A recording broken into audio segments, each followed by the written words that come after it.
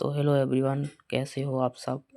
आज हम class 11th का केमिस्ट्री पेपर संपूर्ण हल करेंगे और उत्तर भी बताएंगे।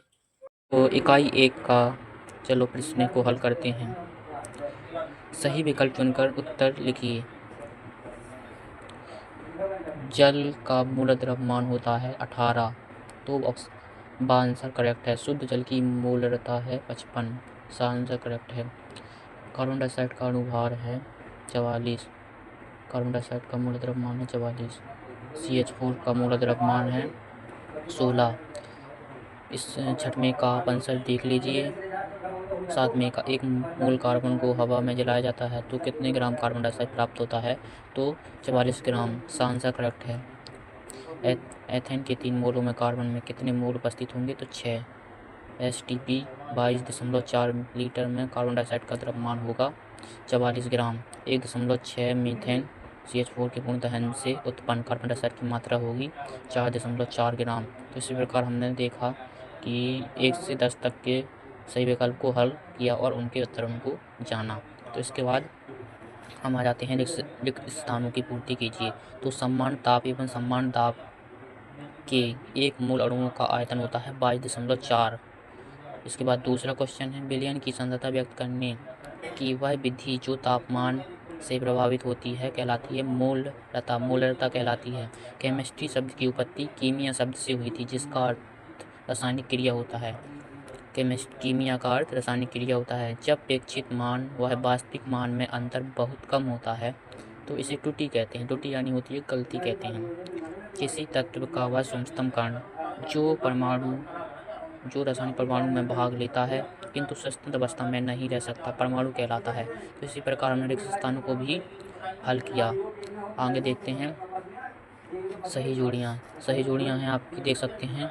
तो पहली सही जोड़ी है आपकी पहली है आपकी C नंबर की, दूसरी है आपकी A नंबर की, और तीसरी है आपकी E नंबर की, चौथी है आपकी B नंबर की, और पांचवी है आपकी D नंबर की। तो इस प्रकार देख सकते हैं सही जोड़ियों को भी हल किया है, आप देख सकते हैं।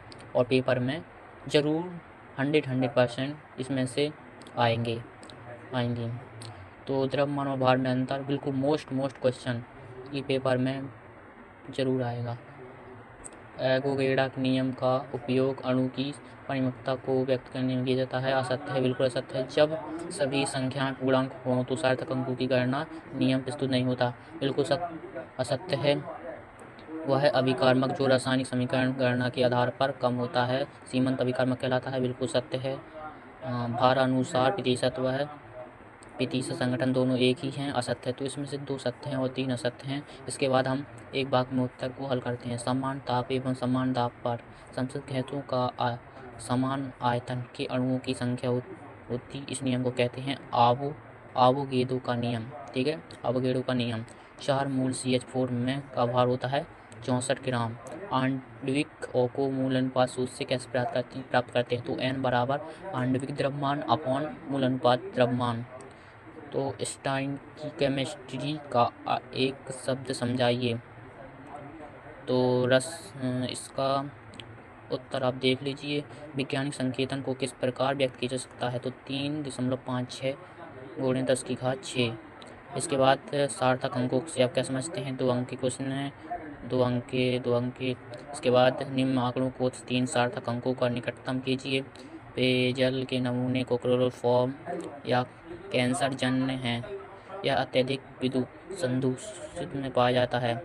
इसका 15 ppm था।